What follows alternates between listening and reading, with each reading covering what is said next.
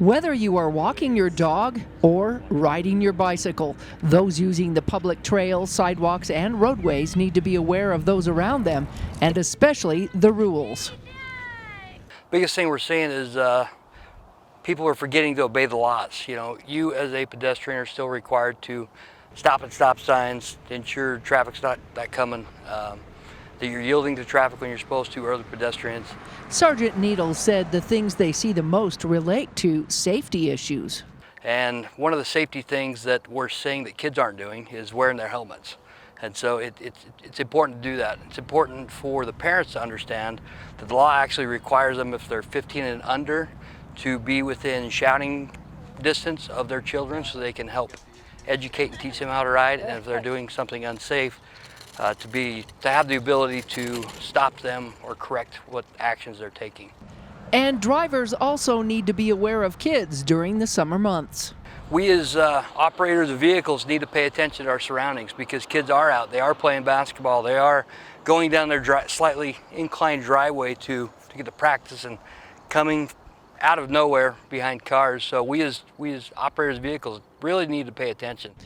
Needles reminds riders to also stay on the same side of the road as the traffic flows.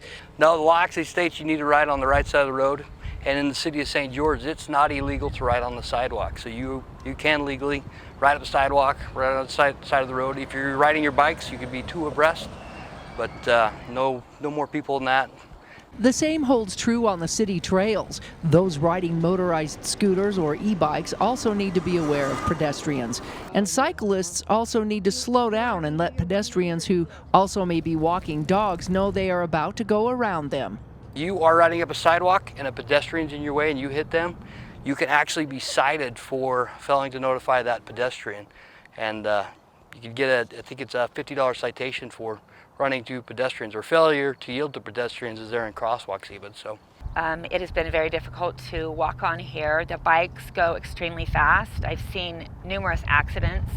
I've seen two just in the last week of elderly people that happen to just turn around and a bike hits them or goes by them and snags them and drags them. So it's been, I know that I'm okay, but they definitely need to slow down or get a racetrack for themselves.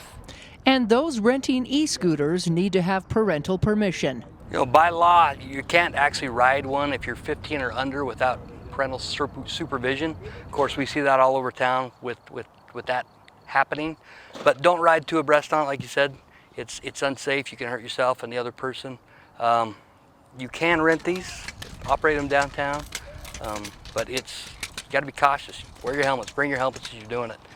In St. George, Melissa Anderson, Community Education News.